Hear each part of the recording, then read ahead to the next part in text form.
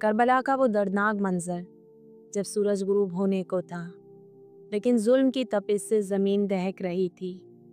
میدان کربلا جہاں ہر طرف موت کا سناٹا چھا چکا تھا، نہ نعرہ حیدری سنائی دیتا تھا نہ کوئی اذان فجر، جہاں ابھی چند لمحے پہلے شیر خیبر کے نواسے حسین ابن علی علیہ السلام نے اپنا سر سجدے میں رکھ کر شہادت قبول کی تھی، اب وہاں ایک عجیب خاموشی چھا چکی تھی، ایسی خاموشی جو انسان کے دل کا سکون چھین لے۔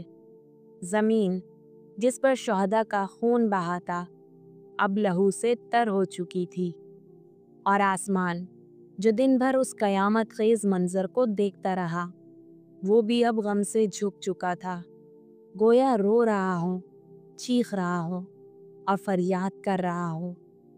یہ وہ مقام تھا جہاں شہادت کا سب سے بلند مرتبہ حسین علیہ السلام نے پا لیا۔ یہ وہ گھڑی تھی جب باطل اپنے جبر کے باوجود شکست کھا گیا اور حق اپنے خون سے سربلند ہوا تھا۔ اسی سناٹے میں ایک سوال اکثر دلوں میں ابھرتا ہے، ایسا سوال جو آج بھی لاکھوں عاشقان اہل بیت علیہ السلام کے دل کو چیر کر رکھ دیتا ہے۔ اس دن امام حسین علیہ السلام کا وہ وفادار گھوڑا ذوالجناح کہاں گیا؟ یہ جاننے کے لیے ویڈیو کو اینڈ تک لازمی دیکھیے گا۔ ویڈیو پسند آئے تو لائک اور چینل کو سبسکرائب کرنا مت بھولیے گا، اور بیل آئیکن کا بٹن لازمی دبائیے گا تاکہ آنے والی ہر ویڈیو سے آپ آگاہ رہیں۔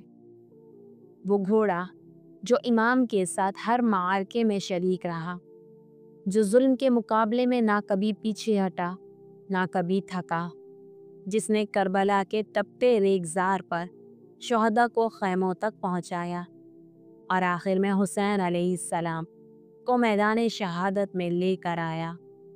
ذوالجناح وہ گھوڑا صرف ایک جانور نہیں تھا، وہ وفا کی ایک زندہ علامت تھا۔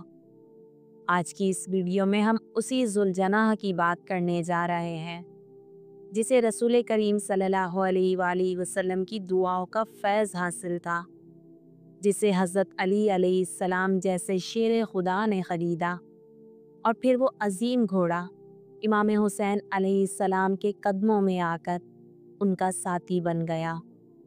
یہ وہ داستان ہے جو صرف جنگ کی نہیں بلکہ وفا، محبت، قربانی اور سچائی کی ایسی مثال ہے جو رہتی دنیا تک یاد رکھی جائے گی۔ سفید رنگ، مضبوط جسم، نہایت خوبصورت اور وقار سے بھرپور، یہ کوئی عام گھوڑا نہ تھا، یہ ذوالجناح تھا، وہ گھوڑا جو امام حسین علیہ السلام کی سواری تھا، جس کا ذکر کرتے ہوئے بھی دل میں عقیدت کی لہر دوڑتی ہے۔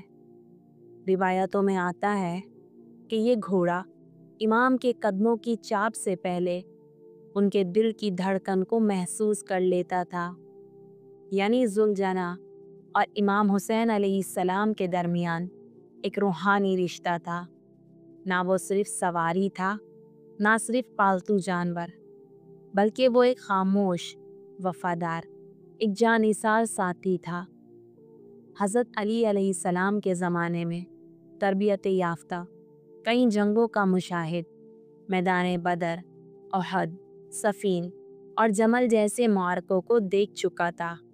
یہ گھوڑا ایسا تربیت یافتہ تھا کہ اشارہ ہی کافی تھا، نہ لگام کھینچنی پڑتی تھی، نہ آواز دینا پڑتی، امام حسین علیہ السلام کے ارادے کو وہ فوراً سمجھتا۔ محدثین و مورخین نے لکھا، ذوالجناح امام کی طرف سے چلنے کے اشارے کا منتظر رہتا، اور جب بھی خطرہ قریب ہوتا حضرت امام حسین علیہ السلام کو بچانے کے لیے خود کو ڈھال بنا لیتا۔ کربلا کے میدان میں ایک ایک کر کے سب شہید ہو گئے۔